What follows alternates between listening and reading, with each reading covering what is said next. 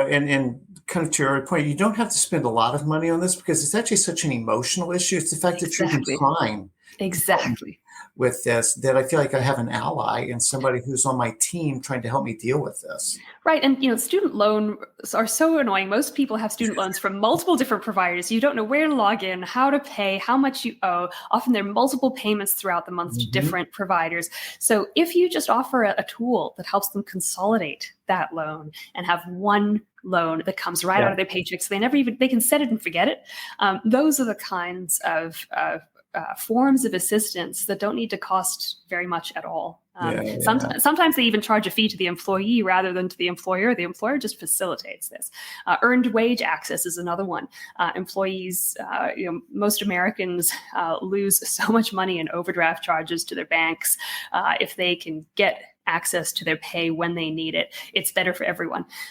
What many companies discovered, which was a surprising benefit of providing sort of this daily pay type perk, was that when employees were short $20 for gasoline, they, in the past, would call out sick and then drive for Uber or Lyft to get cash more quickly. Oh, wow. And so they would moonlight. And if instead you're giving workers access to their earned wages, right away when they need it, you improve, you reduce absenteeism, you raise morale, you reduce sort of petty cash theft and the kinds of behaviors that you really don't want people doing, and you help them by avoiding that temptation. So I think there are lots and lots and lots of win-win-wins that are not yet that ubiquitous. There's still quite a lot of low-hanging fruit.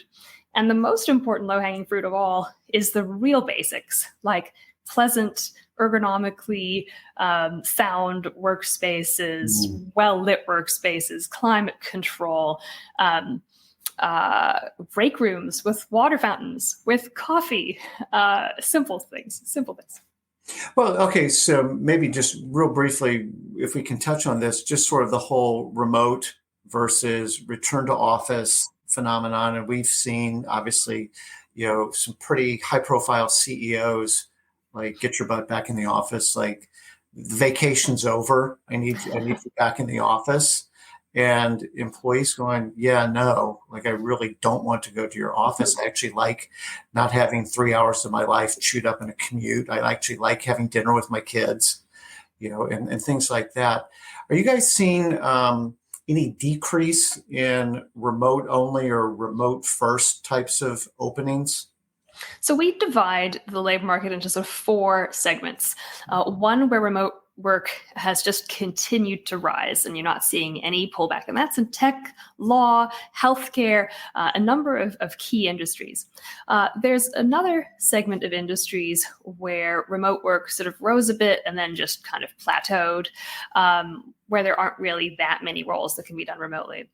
There's another segment where remote work was rapidly adopted, but as an emergency measure only. It didn't work well, like in K through 12 schools, and it very rapidly went away again because it just is terrible.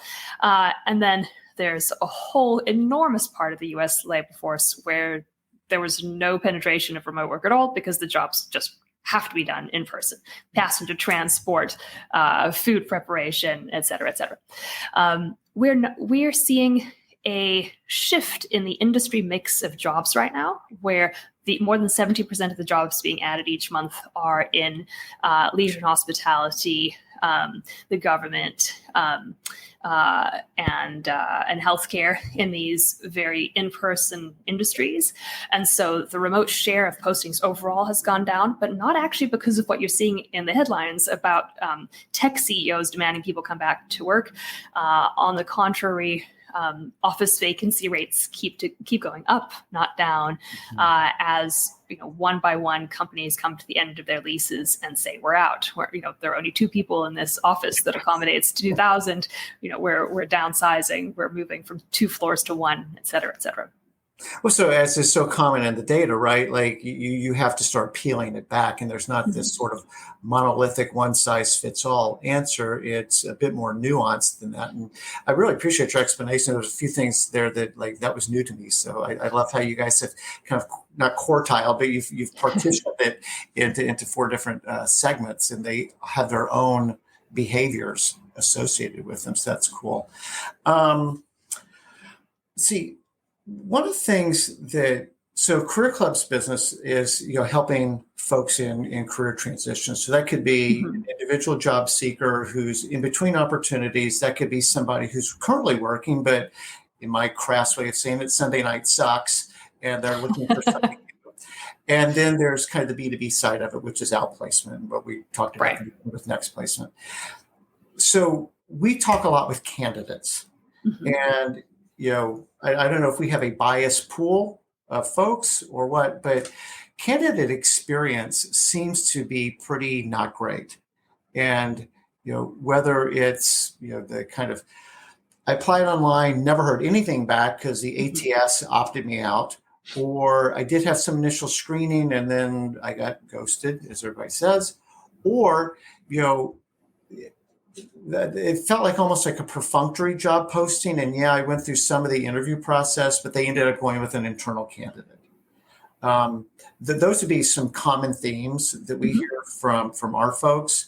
I'm curious from your side, how you see candidate experience, and are we seeing anything that's representative of the market, or is that maybe not necessarily? So I think a lot of these problems come down to the time dimension and how difficult that actually makes this whole matching problem. So in very organized, limited, bounded labor markets, like, say, the labor market for graduating law students, there are institutions that run the labor market, and there's a set day when everyone needs to apply, and there's a set day when all employers need to have gotten back to all the candidates, and then there's a set onboarding period where everyone goes through onboarding at once. There you can really rank all of the candidates, see everyone who's out there, respond to everyone when they expect you to respond to them, and then have a whole cohort sort of forged together in this group experience. Instead, of course, in the broader labor market, like the ZipRecruiter marketplace, there is no real central planner, and companies are hiring all the time. Candidates are applying all the time.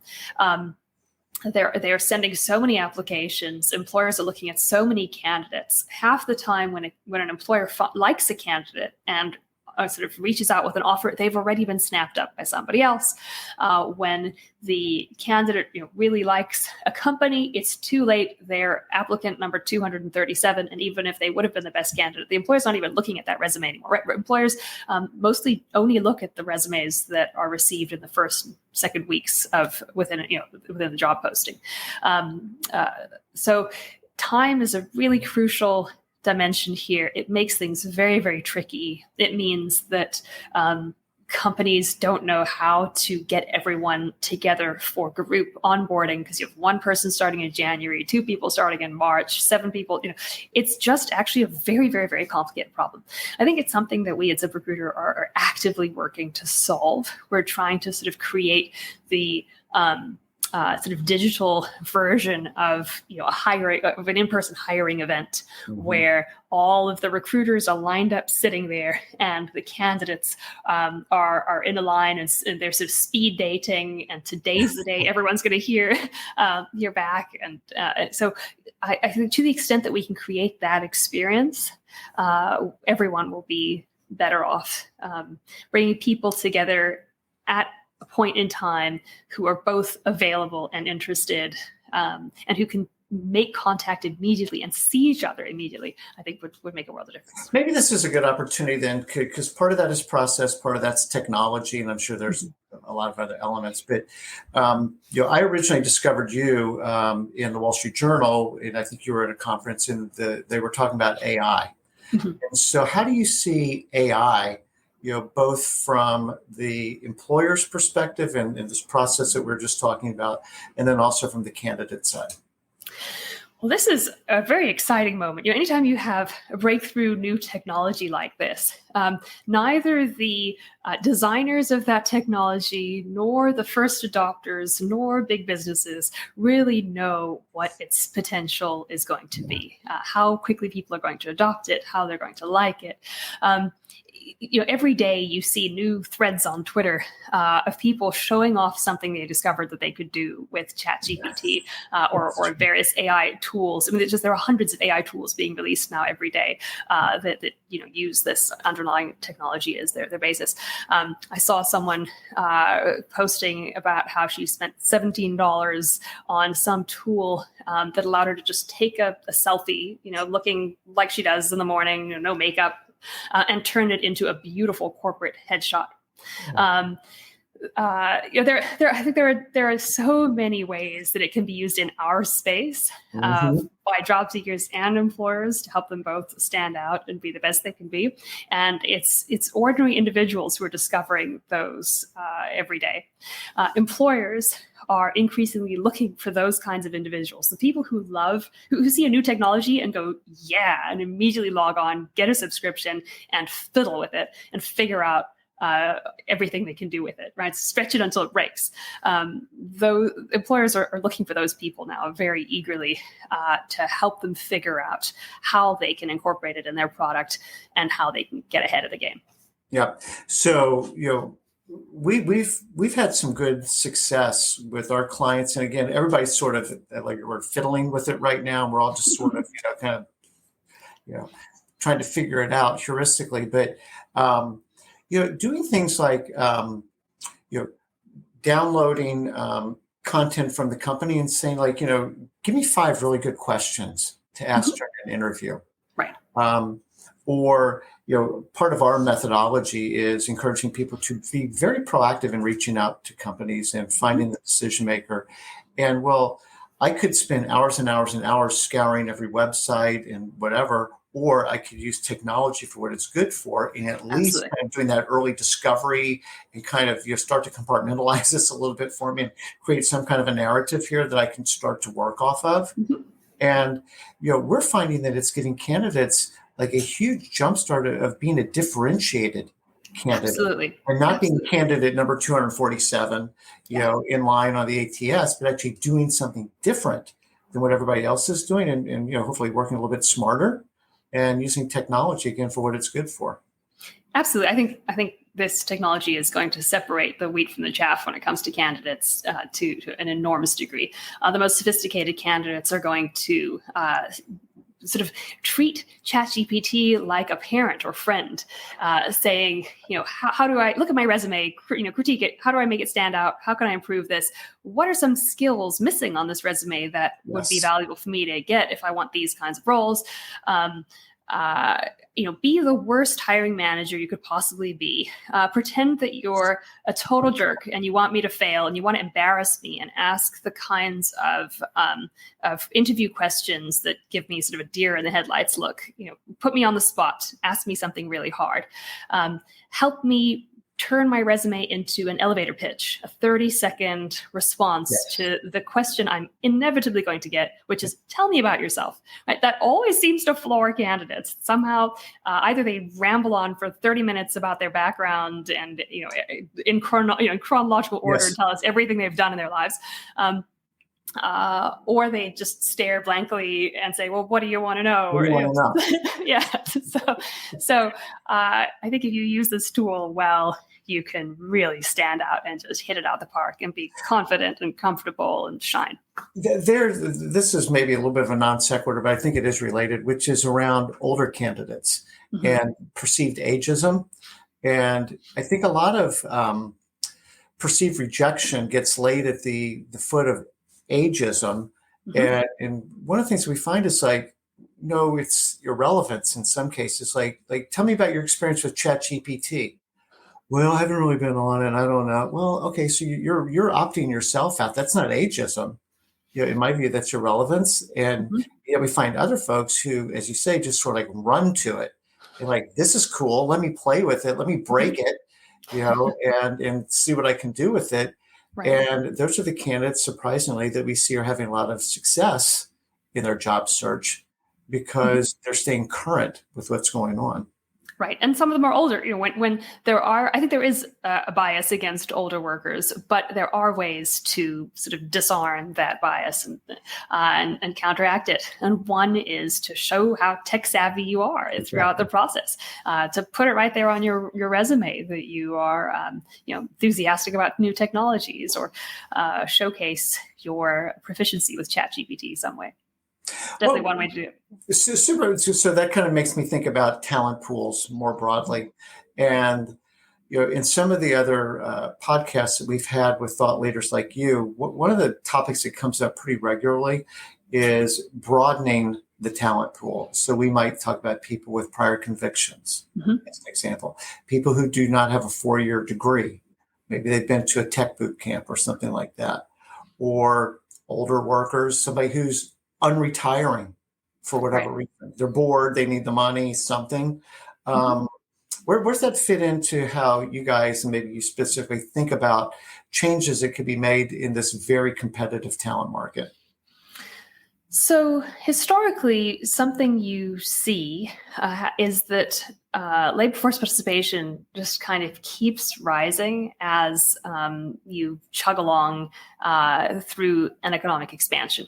So until you hit another recession, people are going to just keep on coming in off the sidelines.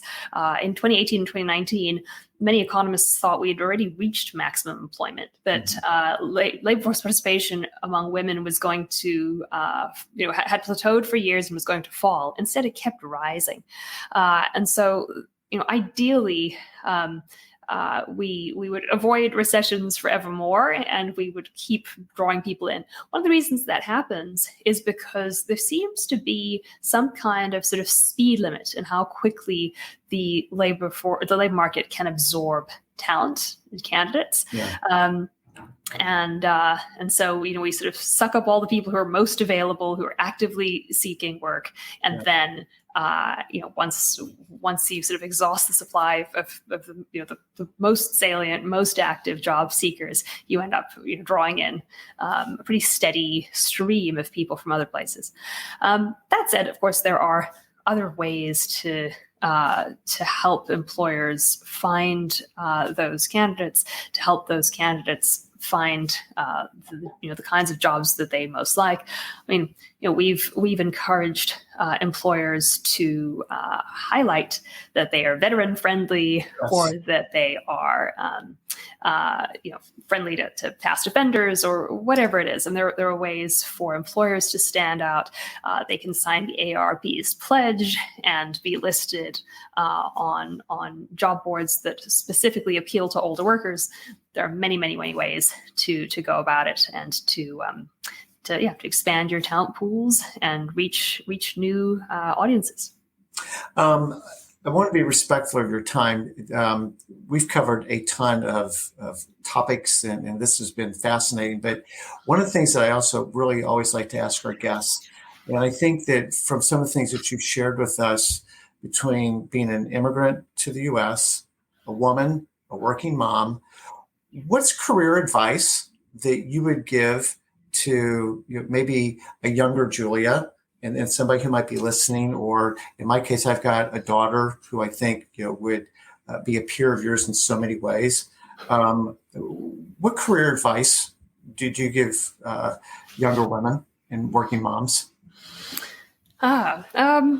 So I think the number one piece of advice I would give is to think carefully about what your ideal role would be by looking at other people. I think for a long time, Condoleezza Rice was sort of the person whose career, sort of spanning academia, policy making, was sort of the kind of gold standard for what I was going for.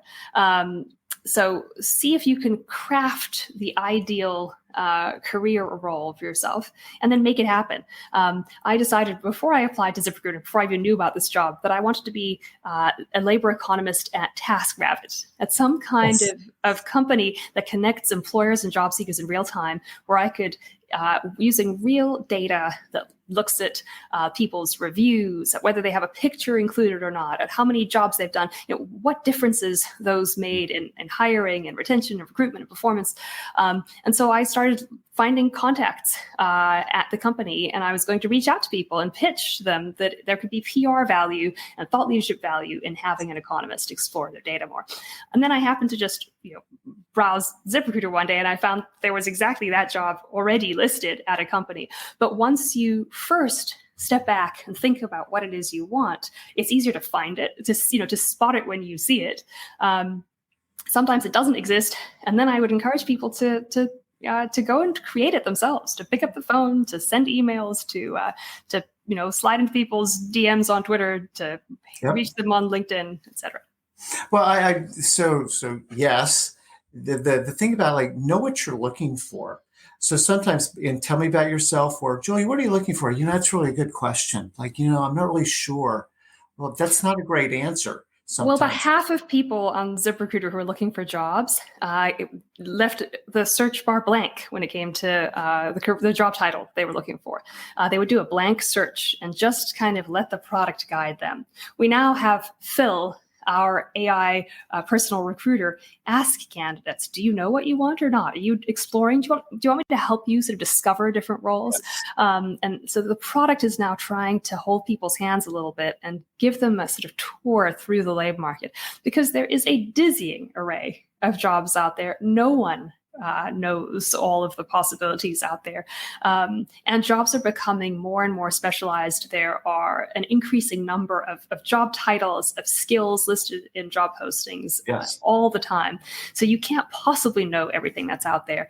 And it really helps to have a guide through the process. Well, I think we just added a new resource for us, it being Phil, because no, I'm being serious, because the discovery piece of this is really important. It's very important. And it's very foundational to the work that we do with our members, is that you need to sometimes slow down to hurry up and do some of this discovery work and figure out. And you did, you knew fairly specifically, I think, the kind of role that was going to be exciting to you. The second piece of what I heard you say that, again, would really resonate with our methodology is, now go find people who can help you, who can give you more information, who might be able to help you network to the kind of role that you're doing. And then go ahead. Yeah, although something I have to say, I'm that gave me huge confidence in the world was that in each of the roles that I've had, especially all of my jobs, there was no connection. There was no network. I didn't know anyone. I applied cold to everything. And so also, I think it is important to have some faith in the process. You don't necessarily need an in. Sometimes you should just throw your hat in the ring and trust that there are still companies that that eat their own dog food, that post jobs and really mean it, that are doing an open search and that are it's a fair point. And to that point, that's why we encourage our clients to take what I would call an omni-channel approach, right? It's apply online, work with recruiters, do networking, do direct outreach to companies that are of interest to you, do all of it, right? Because you don't know which one's going to hit. Something will hit. You just don't know which one and when. So you have to have kind of a diversified strategy. Right? Absolutely. And use outbound sort of proactive recruiting as well. Reach out to passive talent. There are many people who kind of just continue moving along with their life the way it is. They may be bored. They may feel like they're underpaid, but there's just so much to do when you get home, bathing the kids, giving them dinner, sending them to bed. You can't, you don't have time to fix the problem and do serious rethinking. But reaching out to candidates and saying, hey, you're a great fit, often has a fantastic approach. It's the piece of the experience on ZipRecruiter that delivers the best experience for job seekers and employers consistently. I think you might have a statistic behind that. How is that kind of, I think I saw something that you were quoted on. How do you see that methodology kind of taking root with in your numbers? Yeah, so people who are invited to apply are twice as likely to do so as people who just sort of passively saw the job in their feed, and they are about 3 times as likely to get a thumbs up from the employer. So when an employer has already seen you and decided that you're a great fit for their job, and then you apply, everyone is excited and happy, and it's a wonderful thing.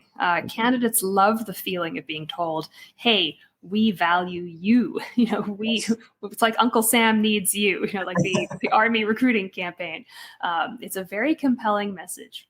Well, and then around culture and am I going to feel at home here? Does this feel like this place is a good fit for me? They're inviting me. They're like telling me, "Hey, we value you. You have experience and qualities that we find very valuable." It also signals that you are actually hiring. Many candidates are worried when they see a job posting that it's not worth their effort and time to make a big investment, and they're a little shy and nervous. Should I put myself out there for people who will just reject me? So when you show that you really are actively hiring and looking for exactly what they offer, that's a very important signal. That's an optimistic note to end on. Julia, this has been awesome. I have learned a ton. It's been great to get to know you here a little bit. And for listeners, again, please make sure that you're following Career Club on LinkedIn. We'd love for you to subscribe to the podcast on whatever platform you use and or on YouTube. But anyway, Julia, this has been phenomenal. I hope you have a great conference there in Vegas, and I'll look forward to speaking with you soon. Thanks so much. I really enjoyed the conversation too. Thank you so much. I know